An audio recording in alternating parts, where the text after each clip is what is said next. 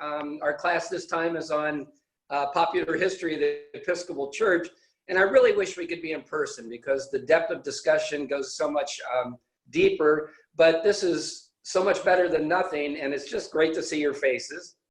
And thank you for your patience to listen to a talking head in this Hollywood Squares version of adult education as we move through the history of our church together. This is our second session, and we're going to be covering the period from the Civil War until the Great Depression. Last week, we covered the founding of the church until the Civil War, and really spent a lot of time talking about the development of two different parties within our church, the High Church Party and the Low Church Party, and how that came to a head in the General Convention of 1844, including sort of a nefarious trial of a bishop there. But that General Convention certainly didn't end the conflicts between the two parties. And it finally, in 1874, came to a true schism in the church.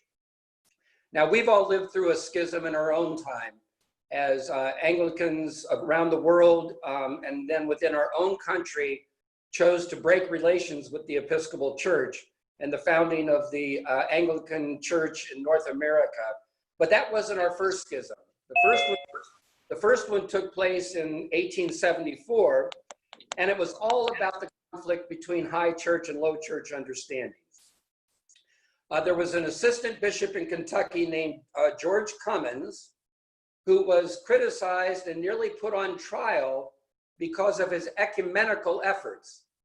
He went on a preaching mission with a group of Presbyterian and Baptist ministers, and that was totally out of bounds within the Episcopal Church at that time. He had the support of the Dean of Canterbury Cathedral, who had come to the United States and joined him on this preaching tour. And he also had William Muhlenberg, who was one of our most famous priests at the time. But that wasn't enough for him to not get into deep trouble. And so after his preaching mission, he resigned his office as the bishop, the assistant bishop of Kentucky, and he gathered 21 Episcopal clergy and lay people. And in New York City on December 2nd, 1873, he founded what became known as the Reformed Episcopal Church. Reformed because to him, the most important part of what it meant to be an Anglican was being part of the Protestant Reformation. He had read an essay called, "Are There Romanizing Germs in the Book of Common Prayer?" And what this asserted was that the Roman Catholic tendencies of the church and in the Holy Eucharist were not some kind of influence from the outside, but actually were built into the founding of the Anglican Church in its first prayer books. And so when they formed this new Reformed Episcopal Church, they started a new prayer book, and their effort was, quoting Bishop Cummins, to eliminate from the prayer book the germs of Romish air, which the compromises of the Elizabethan era have transmitted to us. Now, in that prayer book, what they did was they changed the word priest to minister. They dropped all of the saints' days. They no longer included in the Apostles' Creed the words, "He descended into hell." And out of the communion service, they took expressions such as holy mysteries, eating the flesh and drinking the blood. And so what they were looking to do, they were very low churchmen, and they finally gave up on any kind of compromise with the high churchmen in the Episcopal Church, and they formed their own denomination. Well, among the clergy that helped form that was a very powerful, smart group of young clergy. And so with the exodus of the Reformed Episcopal Church, the remaining Episcopal Church became immediately much more high church and lost a certain amount of its evangelical flair. And so the battle between high church and low church came to a head in the 1870s, and there was actually a true schism within our denomination. Well, the Reformed Episcopal Church still exists today. It has 108 congregations, 13,000 members, and in the last decade, they became one of the founding partners of the Anglican Church in America, which itself has 1,000 congregations and 135,000 members. So that schism has continued down to our very day. Well, after this schism, there emerged a new third party within the Episcopal Church. And that's going to be our primary focus today. And this would be called the Broad Church movement. Now, like the influences that we talked about last week of the Oxford movement on high church Episcopalians, the major influences for the creation of a broad church movement came from across the pond in England. What are we talking about when we talk about broad church? Well, it was a desire that the church should contribute to the welfare of the life of the entire English nation, of all the people, as opposed to the individualism of the low church party and the ecclesiastical emphasis of the high church party. Also within broad church was an openness to that new level of reason that had been attained in the work of Charles Darwin. And we also saw an interest emerging in what had become the German idealist philosophers and the German biblical scholars. So all this new scholarship that was emerging in what we would call modernism was not something that the broad church people wanted to resist. It was something they wanted to embrace. They were seeking for the church to become much more comprehensive rather than exclusive. And they felt that their ideas were above the parties. They weren't just low church or high church. They could draw from both of those parties, but being above it, they wanted to be what they were calling a broad church movement. If you were going to pick one thinker in England that was the most important in the founding of this broad church movement, it would be Frederick Denison Morris. Now, Morris had been kicked off the faculty of King's College in London for denying the doctrine of eternal punishment for sin. That was the very reason that he got hired to be a professor at Cambridge University, because at Cambridge, they were beginning to embrace a lot of these new ideas. And the idea that he had that made him the pioneer was the idea that we came to know as the social gospel. The idea that the kingdom of God was social and universal in character, not just individual piety, and that Christ dwelled in every person and in every single community. Because Christ dwelt everywhere in everyone in all communities, this led to a really strong effort for the church programs to respond to what they saw as the inhumanity taking place around them. This is the time in the 1850s, 1860s, into the 1870s of industrialization and urbanization. And so with the broad church commitment, the church moved outside the walls and into the highways and byways of England. Well, his teachings had a vast influence in England, and they soon spread to the United States, and found in the United States a number of leading rectors and bishops who embraced this new understanding of the church in a very strong way. So what does it look like when it gets to the United States? Well, the principles upon which a broad church understanding in our church came to be formed were these: an openness to the new sciences, and two in particular, the work of Sigmund Freud and the work of Charles Darwin. A belief that the church's work for salvation was not limited to the individual soul, but to society as a whole. A new, and many times for the first time in our church, commitment to ecumenical efforts. An ecumenical effort to form an American national church, breaking down the boundaries between all of the Protestant denominations to form one unified church. So these principles were adopted by a wide range of new rectors and bishops, particularly in the East Coast in Massachusetts and New York. And so rather than battling against modernism, which is what the Roman Catholic Church chose to do and what very conservative elements of other denominations did, we embraced modernism. And what the broad church was seeking was a modern creed for these new modern times. Well, I found a great book for this week's session. And it's really my primary source. It's a fairly new book. It's entitled Religion, Art, and Money: Episcopalians and American Culture from the Civil War to the Great Depression. It's by an author named Peter Williams, and it offers this description of what the broad church movement was. The broad church movement essentially was an attempt to adapt the best from modern thought and culture to the purposes of the church.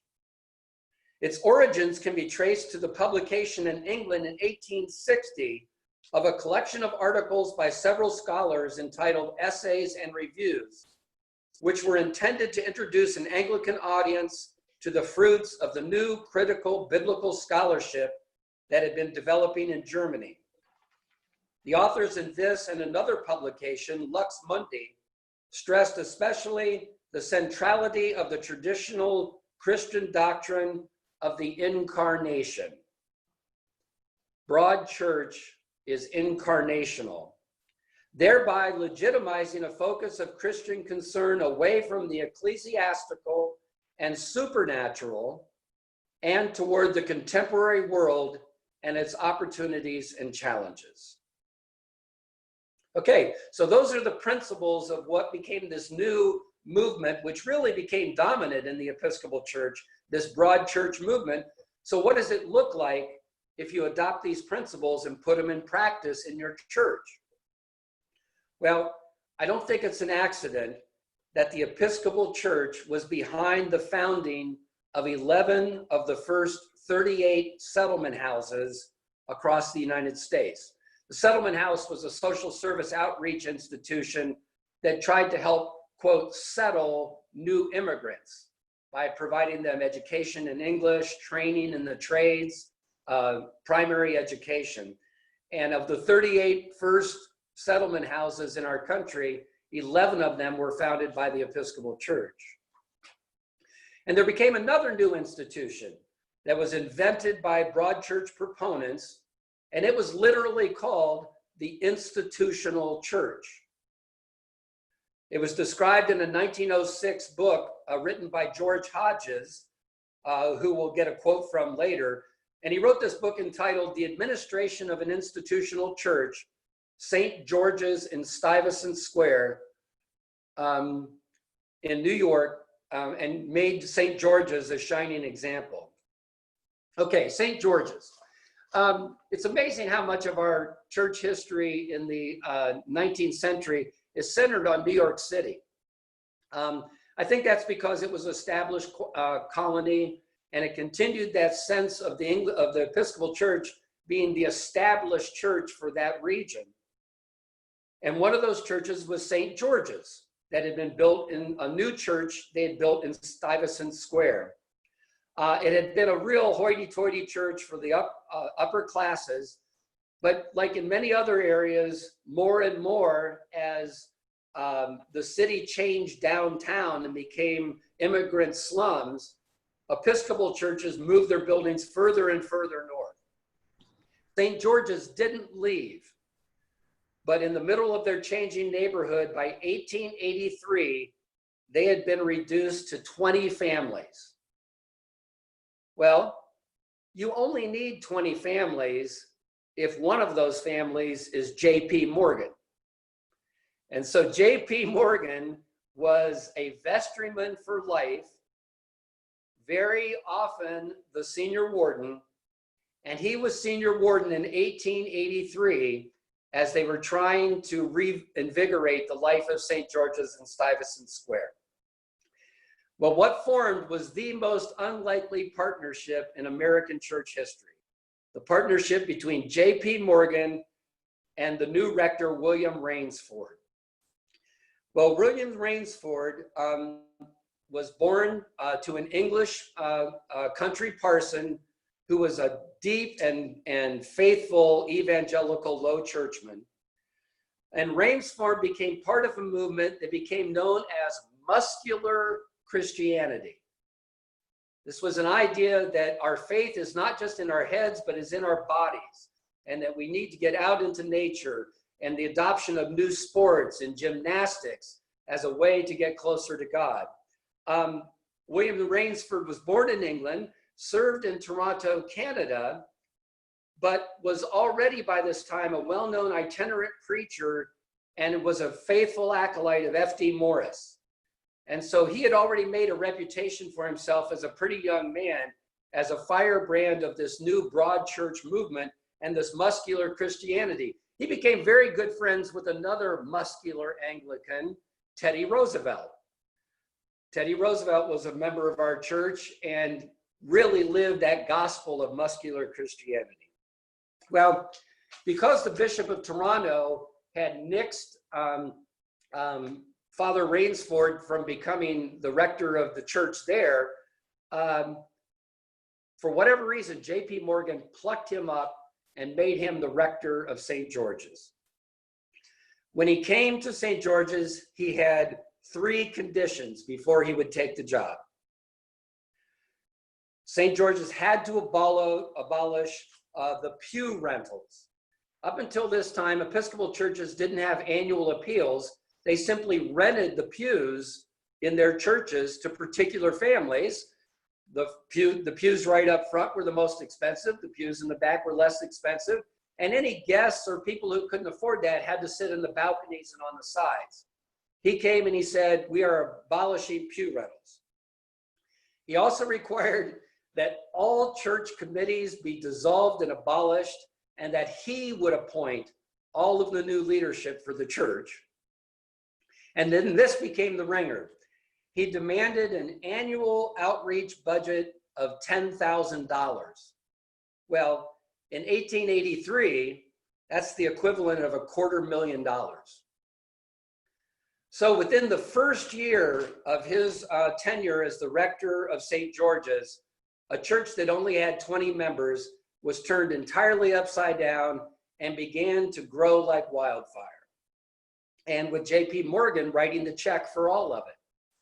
They went on a building spree that led to this, this campus down on Stuyvesant Square, including a bowling alley, a gymnasium, a new kindergarten, a school system that reached 2,000 children, a parish hall that had its own settlement, and in addition, an incredible music program that featured a famous soloist named Harry Burlow, who was an African American. And so Harry Burlow became sort of the face of the music program at St. George's and pretty much announcing to the rest of the city that this is a new kind of Episcopal church. So that became the sort of standard for what an institutional church looked like. And as churches were being built around the country at this time, certainly in New York, the institutional church model was what was used for the building of these churches. We can actually look down the street to Trinity, Seattle, built in 1906 as a fine example of an institutional church. As they build out the campus at Trinity, they put in an industrial kitchen, they put in a big education wing, and most interesting of all, I don't know if you've ever noticed it, if you've ever been to Trinity, they built their parish hall as a legitimate theater. If you walk into Trinity Church in the parish hall, in the outer room, and you look to your right, there's a conventional box office right there for the selling of tickets. And as you move into the parish hall and look up, you see the standards for lighting fixtures, and you see a proscenium stage with a beautiful curtain. Well, the idea of the institutional church is that you would build your institution to meet the needs of your community. In the teens and the 20s, the rector of Trinity, Seattle, had developed a ministry to the vaudeville community of downtown Seattle. They even hosted a midnight mass on Saturdays that show people would come to and attend. And so as part of Trinity's example of being an institutional church, they embraced their calling to be a chapel to the theater community in Seattle. Okay, so you've got these principles of broad church. It's being turned into concrete and stone in these institutional churches. But the other place it was built in stone was the cathedral movement in the United States. Well, in the last 40 or 50 years, it's become very standard for every diocese to have a church that is their cathedral. Either it was a parish that was designated to become a cathedral, or it was a congregation or a chapter that was founded in order to be that cathedral. That was not the case at all before the Civil War. There was not a single Episcopal cathedral in the United States until after the Civil War. The very first was the cathedral in Minneapolis. I think I mentioned last week how the upper Midwest had been settled by very high church missionaries. And so it was natural that in Minneapolis, a very high church diocese, they designated the first cathedral. Well, that caught on across the country. 1892, a pet project of, yes, once again, J.P. Morgan, they broke ground for the Cathedral of St. John the Divine in New York City. In 1907, the National Cathedral broke ground in Washington, D.C. In 1910, Grace Cathedral in San Francisco broke ground. Well, if you take those three examples, St. John the Divine, the National Cathedral, Grace Cathedral, these are beautiful, huge institutional examples of neo-Gothic architecture. And so this became the standard for institutional church buildings as well as cathedrals. Well, the Diocese of Olympia, not to be outdone, at that time it was called the Diocese of Washington, they designated St. Mark's Parish to become our cathedral. And we broke down for St. Mark's Cathedral in 1927. And if you have ever seen the original design for St. Mark's, it was to have a 270-foot high central tower in what was going to be just the most beautiful Gothic cathedral you could ever imagine. Well, building a cathedral during the time of the Great Depression turned out to be a bit more of a task than the people of St. Mark's could handle. So that's why we have the shape of the church that we have. Some people think our cathedral looks like a Byzantine structure. Well, if it does, that's by accident, because all you see when you look at St. Mark's Cathedral is the poured cement hulk of the nave of the building. And all of the towers and all of the flourishes never could be built because of the cost. In fact, the bankers in St. Louis foreclosed on the loan for St. Mark's Cathedral in 1939 and kicked the church out and leased the building in 1941 to the US Army.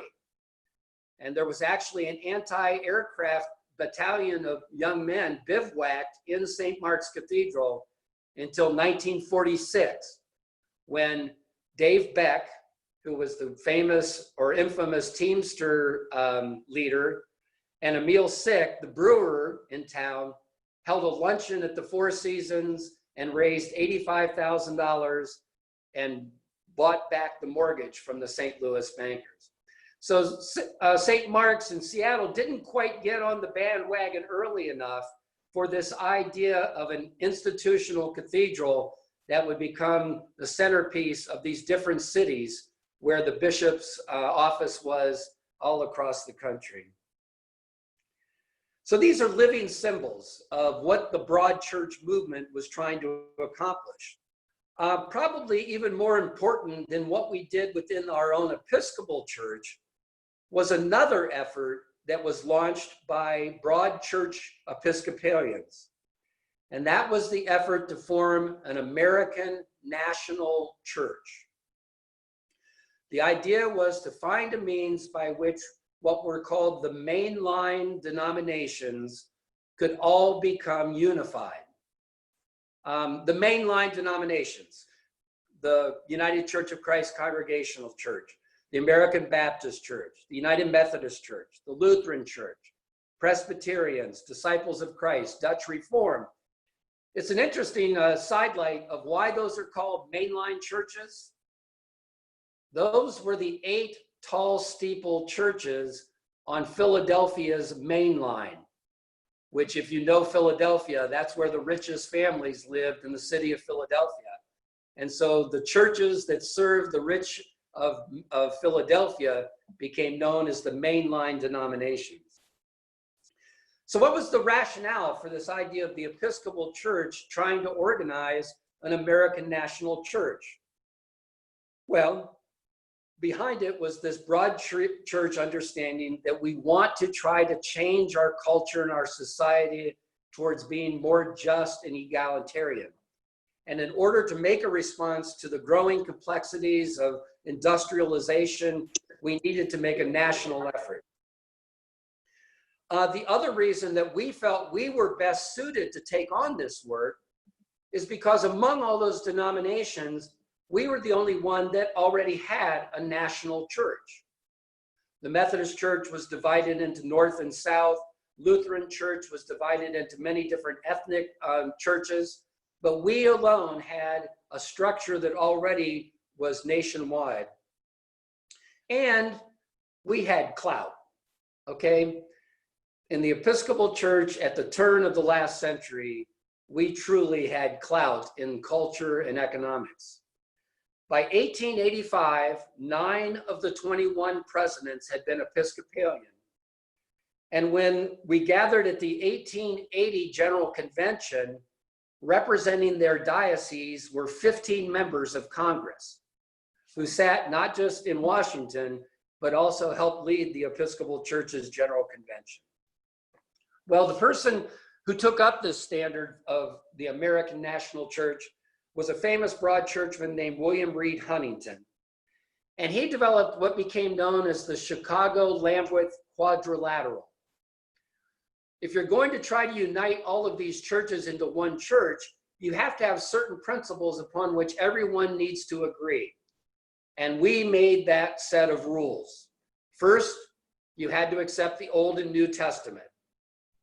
Second, you had to accept the sacraments of communion and baptism. Third, you had to accept the Nicene and Apostles' Creed. And then the most controversial, both within our church and in ecumenical discussion, was you had to accept the idea of episcopal oversight, but locally adapted. So that was the fudge factor of how we could maybe find a way to unite with these other churches that didn't have bishops and did not ordain their priests and ministers within the apostolic succession. Now, today we've lived into such an ecumenical time that it's hard to believe that it wasn't until the 1907 General Convention that a canon was adopted that allowed guest preachers from other denominations in Episcopal pulpits. From our founding in 1789 until 1907, no Methodist, no Baptist, no Congregationalist, no Presbyterian could fill an Episcopal pulpit.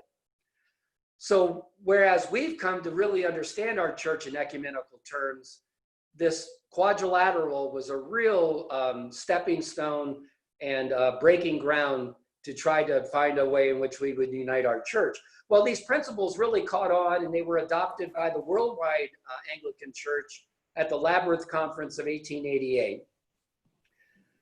Okay, so we've talked now about this broad church of ours, and we talked about settlement houses, and we talked about the church being out in the world with these institutional buildings. You could start to get the impression that the Episcopal Church had become one of the most progressive denominations in the entire country. Well, in totality, not so much. The other aspect of being an incarnational church that lived comfortably in the material world versus the body-denying, sweet by and by other churches was that this gave credence to a gospel of wealth. This is where the idea of the Episcopal Church as the Republican Party at prayer took root during the Gilded Age and the Roaring '20s. This is really an interesting cultural phenomenon to watch. The beauty and opulence of Episcopal worship had drawn powerful elites of many American cities to our doors, leaving behind their own denominations. Cleveland Amory in his book, The Proper Bostonians, wrote, "Little by little, however, a practical low church Episcopalianism began to make severe inroads on Boston's homegrown Unitarians. Many a first family woman turned with joy to the more definite ritual of Episcopalianism, and sometimes she brought her husband along with her. When the handsome young bachelor Phillips Brooks came to Boston in 1869 from Philadelphia, it was the Boston women who soon made him a social as well as ecclesiastical lion." Phillips Brooks is probably the best example of a broad church leader, and he was known for having converted the daughters of James Russell Lowell and Oliver Wendell Holmes to become Episcopalians. Those were two pretty devout Unitarians. So Peter Williams, that book I talked about earlier, has a chapter called The Gospel of Wealth and the Gospel of Art. And he says, this was an age in which the Episcopal Church enjoyed a social cachet above virtually all other religious groups. Philadelphia Quakers and Boston Unitarians, once dominant in their respective cities, now began to desert their family's ancestral faith and enlist in the Anglican vanguard. So, this major contribution of Episcopal Church to American life of incarnational belief was a legitimization of material realm. And so it was seen that the material realm was not fatally contaminated by sinfulness, but as an authentic means for an expression of grace. So, a gospel of wealth indeed. And if you go through the litany of who became leading Episcopalians and the work they did, not just on behalf of the church, but out in the wider community, you can see how important this gospel of wealth became. We're talking about the Firestones, the DuPonts, the Mellons, the Whitneys, the Vanderbilts, the Tafts. Those are who created great museums, great art collections, founded Episcopal prep schools throughout New England, United States, and took a lead in some levels of civic reform. The one I'm most familiar with is the Proctor family of Procter & Gamble, good Episcopalians in Cincinnati. In the 1830s, they gave money to endow the salary of the Bishop of Southern Ohio.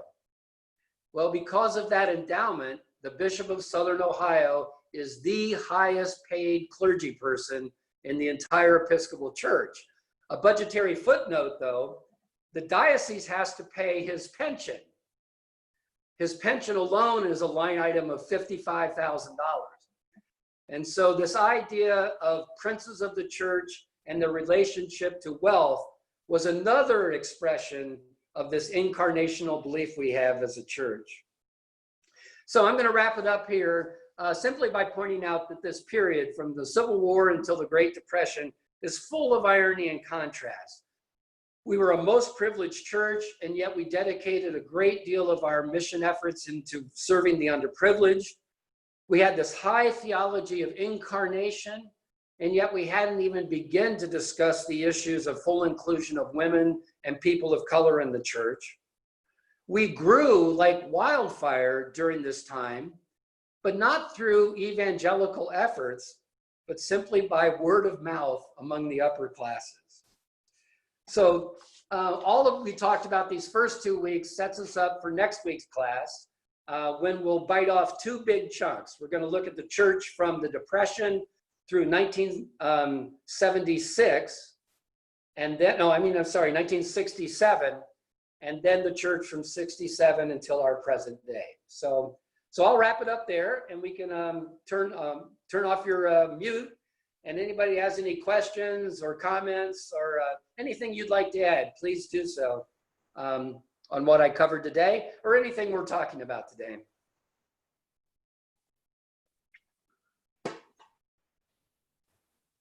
What happened to this effort to form one national church? Did that just die of its own weight? Well, it turned into ongoing dialogues from 1880s until the 1970s. And it actually still goes on today. Its broadest expression was in the 1960s, an organization called the Consultation on Church Union. And they were on the verge of those 8 denominations forming a super denomination. The leader of that was my bishop, the bishop who ordained me, John Crum, who was a great ecumenist in Southern Ohio. But when it came down to the nitty-gritty of it, they couldn't pull it off because of the inertia in the bureaucracy and administrative structure of all of these churches. So we never got to that point. But out of these efforts is what founded the National Council of Churches, and that inspired the World Council of Churches. So those 2 bodies really were inspired by the American National Church movement of Huntington and other broad church people. Different presiding bishops have had different priorities in terms of ecumenism. John Allen, who was a presiding bishop in the late 70s and early 80s, really wanted this COCU to take place. But then Frank Griswold became our presiding bishop. He spent all of his 9 years trying to work on ways to be more closely united to the Orthodox Church and the Roman Catholic Church. He was an Anglo-Catholic from Chicago, and for him, he felt we needed to balance all of these Reformation efforts that we had been undertaking to work out with the Orthodox and Roman Catholic Church.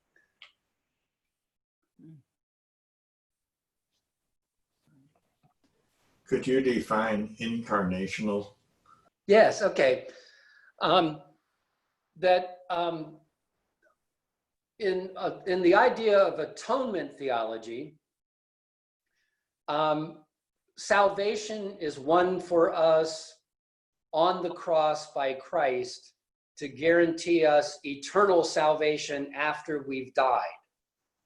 So the focus of theology is not on the here and now. If you sing all those old camp songs, in the sweet by and by, when the roll is called up yonder, I'll fly away, those are all about this life is bad and temporal and soiled, and it's only in heaven that we're going to be made whole and full. Incarnational theology says no.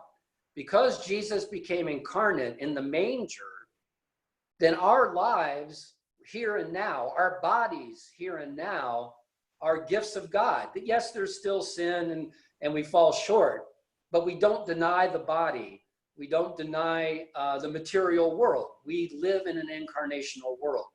And so that would be sort of the primary idea of an incarnational faith. And so what it means is that we're not afraid as Episcopalians to embrace earthly and worldly things.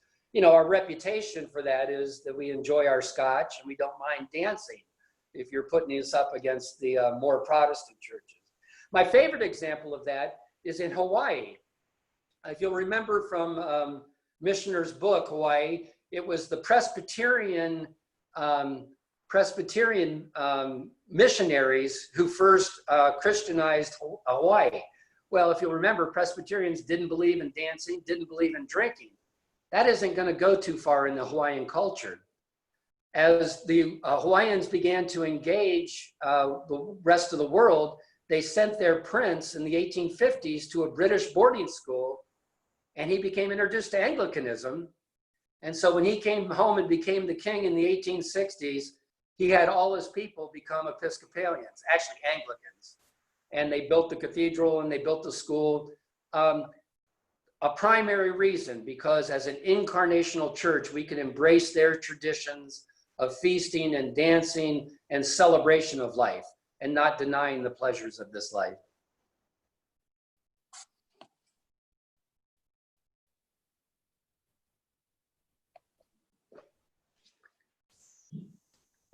Anything else? I just am on board. I'm so excited. This is the first time, I mean, I've been interested in your scholarship and what we've been learning informationally, but I really caught your excitement. I think of it, some of the names finally were coming into my mind, having gone to college in New England. So when you mentioned people like Philip Brooks, and the Brooks, I believe there's a Brooks House at Harvard. Right. So I don't know, it's so exciting. So thank you.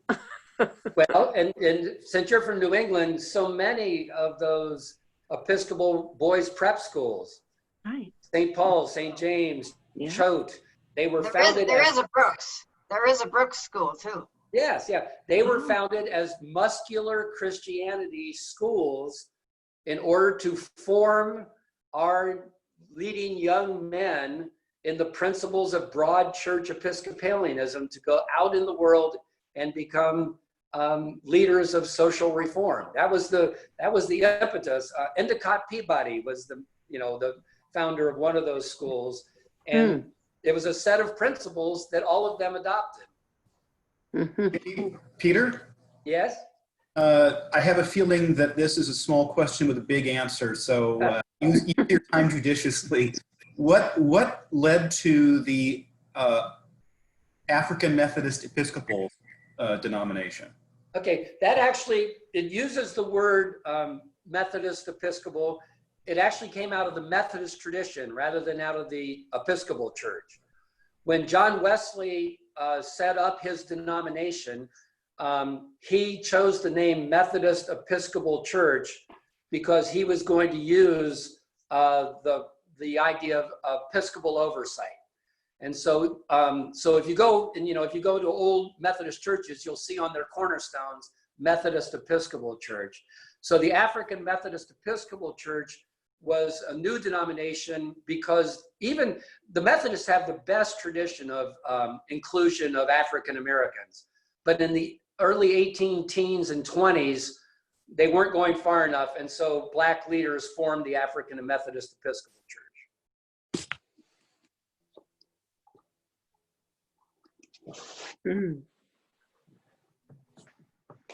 Yeah, Peter, I'm going to ask one question. First of all, I'm a product of Choate myself, so Oh, really? Okay. yeah, your description is quite accurate. And one of the main principles that was espoused from the pulpit, because we had chapel every day, was that you are expected, encouraged to give back because you have been blessed. You're expected to return that favor.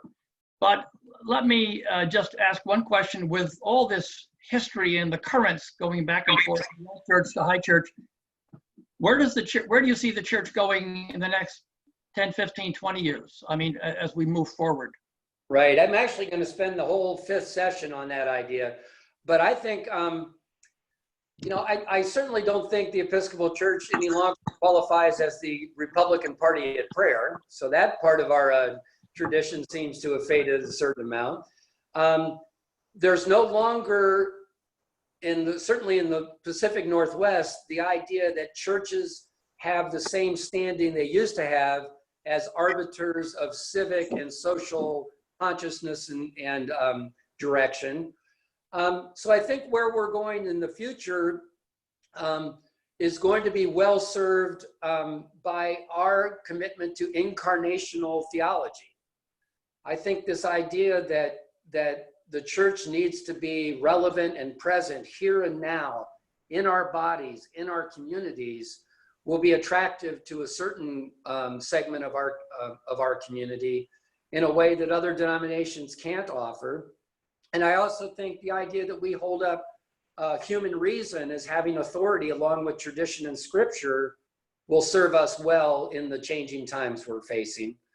When we get to that fifth session, I'll be talking about it on several levels. Some of it, the institutional. What will an institutional church look like in the 21st century? And how many of them can we sustain?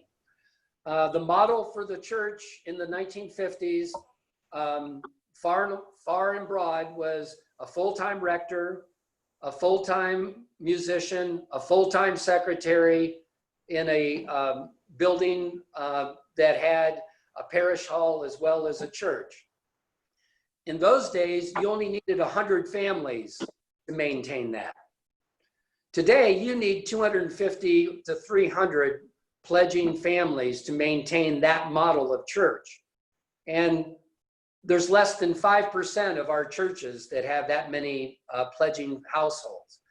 So many of us still have in our mind that that's what the church is. That's going to have to change in the coming decades. But we'll get to a much deeper discussion about that 3 weeks from today.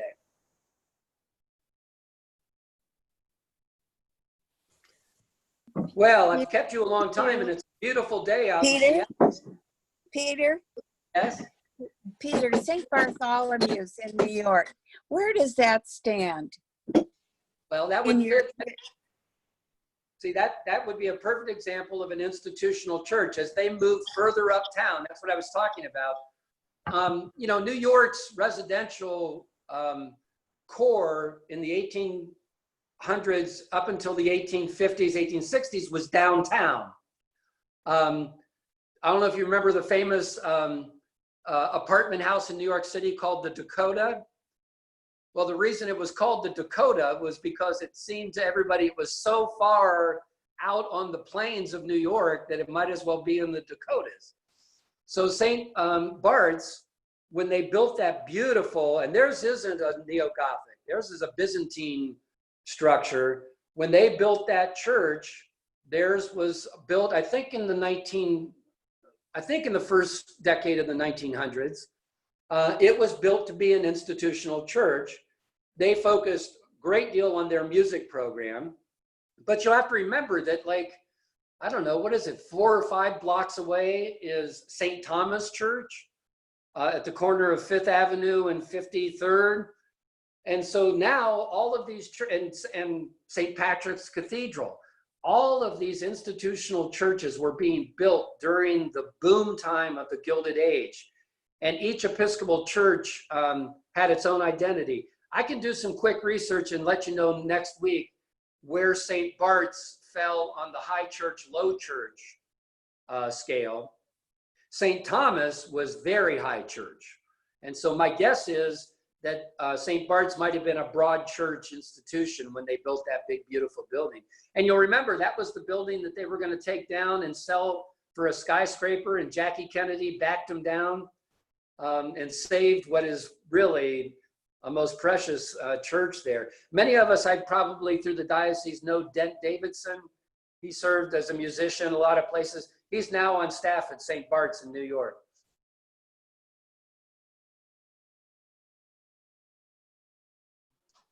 I just wanted to say, Ogden, I went to one of your rival schools, that being Mount Hermon, which was actually not in the Episcopal tradition, but it started to be by D.L. Moody in the evangelical tradition. Yeah. But by the time I was there, it had become very Presbyterian in outlook rather than Anglican. But yeah, but there was all these other schools were all part of the same athletic rivalries and stuff like that up in the New England area, and they played a big part in the development of politics and everything, particularly in the mid-century. Well, and then the links that came between those prep schools and the Ivy League schools. Oh yeah, just that trend that certain schools would fuel certain schools, certain colleges. So. Yeah, when I served at Chaplain of St. Paul's, which is also a boarding school up there in New Hampshire, yeah, like people would just get into whatever the Ivy League school was. And if you didn't get into that particular one, the kids were lost, right? Yes, yeah. I remember one of my counselees got into Georgetown for her, because that year was school. It was that school, yeah. So. Just to say, that's no longer true. That doesn't happen any longer. Well, Peter, Not like it used to. Peter, were there, I'd be interested to know about the women's colleges or boarding schools, as I went to one in Virginia, a boarding school in Virginia that was established over 100 years ago.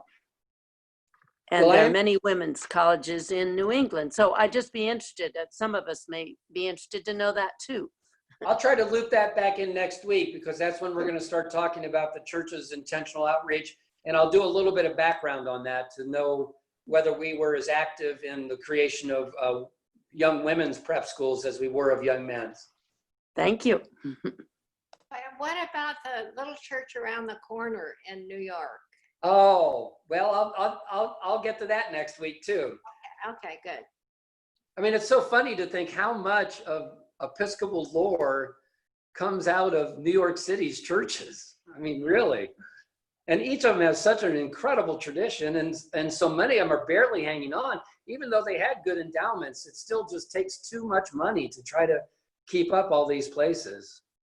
One of my favorite New York churches is St. Clement's, that again, because of where they were located and as they were struggling, they turned themselves into this incredible church for the theater, and then finally gutted the sanctuary and turned it into an off-Broadway theater. And every Sunday, they have what they call the churching of the building, where whatever play is being produced at that time, they've worked out an arrangement of how they strike the set for the play to allow for church to take place there. Okay, well, thank you all for being here today, and go enjoy the sunshine. And next week, we're going to cover a lot. We're going to go from 1920 all the way to the present. So I'll try to keep it in that half-hour time frame, but we'll see how we can do. Thank you, Peter.